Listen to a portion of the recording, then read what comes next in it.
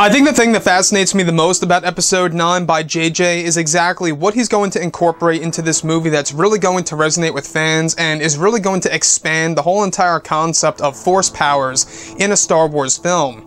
This is Mike Zero. If you guys are new to the channel, do make sure to subscribe to see future Star Wars content.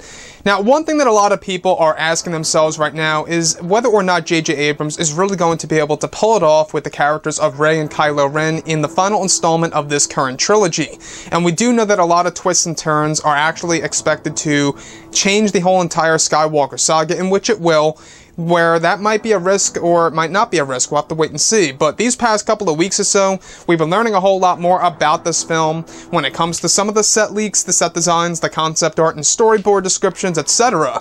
One of which has all to do with a major moment including Rey and a new force power that will change history within the Star Wars franchise. Specifically, a description of Rey inside of an ancient ruins of what's described as an extension of the Lost City, dubbed the Crystal City. The next goes over a rear shot of Rey witnessing some of the iconic moments of the Skywalker saga. It's described that views of Rey are cycling around her, seeing moments of Vader fighting Luke in Empire, to Anakin fighting Obi-Wan on Mustafar. It's described that this is a new power of Rey that she possessed during her training, and is described to be Disney's version of flow walking, where one can interact with the past, however cannot change it. Take note of Darth Caedus and his statement in Legends material. When you drop a pebble into a river, what happens? There's a splash, and then the splash disappears. The splash is real, but the river doesn't change. It continues just the same. So that's what Darth Caedus said in Star Wars Legends about the concept of flow walking, and it seems as though that this is the same exact thing that applies here in Episode 9. Now this is where things get very interesting for me, because this totally sounds like JJ. I don't know about you guys, if you guys are familiar with JJ Abrams, but he loves time travel, he loves different dimensions, he loves flash forwards, flashbacks. That's all JJ, and it's one of the big reasons as to why we have flashbacks in the sequel trilogy to begin with. So now JJ Abrams, it seems as though that he wants to take it to the next level by incorporating a new power for the character of Rey that will change Star Wars history forever, and that is of course the concept of flow walking, a power that was actually used by Darth Caedus in Star Wars Legends material. Now in case you guys have no idea who Darth Caedus is, he is basically the Legends version of Ben Solo / Kylo Ren. Very interesting indeed. Now, when we look at the character of Rey, we can honestly see that there are hints in The Last Jedi, little hints here and there, that she may have already possessed this power from within. We do know that she dreamed of the planet of Ahch-To and the First Jedi Temple.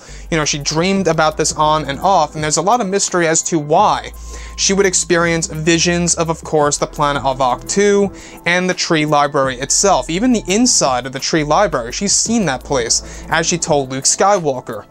So with that being said, the whole entire concept of Disney actually developing their own version of flow walking by use of the character of Rey in this story, I'm not quite sure how I necessarily feel about this. I know that Kylo Ren is going to do something very similar in a sense as well. We've heard about these different descriptions of Kylo Ren walking through a dark space, almost as if he's walking through space and time, experiencing different moments of the past, from of course, you know, the originals to the prequels, etc.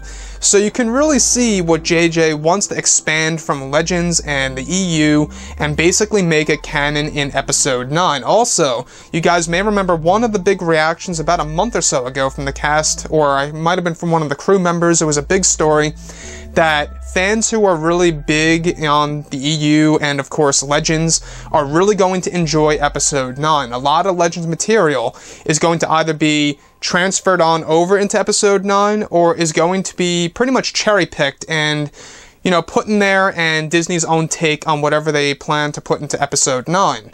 So as much as I love Legends material, I gotta say that there are parts within the EU that are just completely insane and obnoxious. I will agree with that. And I'm sure a lot of you guys will agree as well that parts of the EU just made no sense at all. So there are some things that they should ignore, and there's also some things that they should actually acknowledge and put into Episode 9.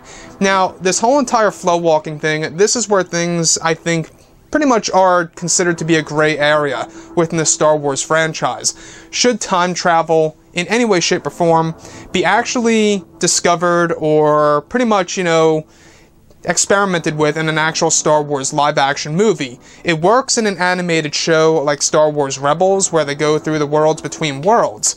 But for an actual Skywalker Saga film, does this actually work? Is this actually going to be suited for a live-action Star Wars film?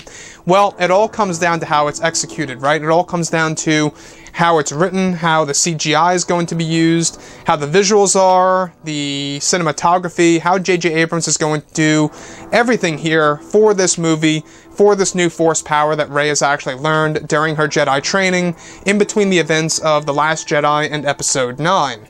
So anyways guys, drop a comment below, let me know what you think about all of this in the comments, and if you guys did enjoy the content for today, do make sure to drop a thumbs up on this video to support the channel. I thank you all so very much for the kind support, and I'll catch you guys next time.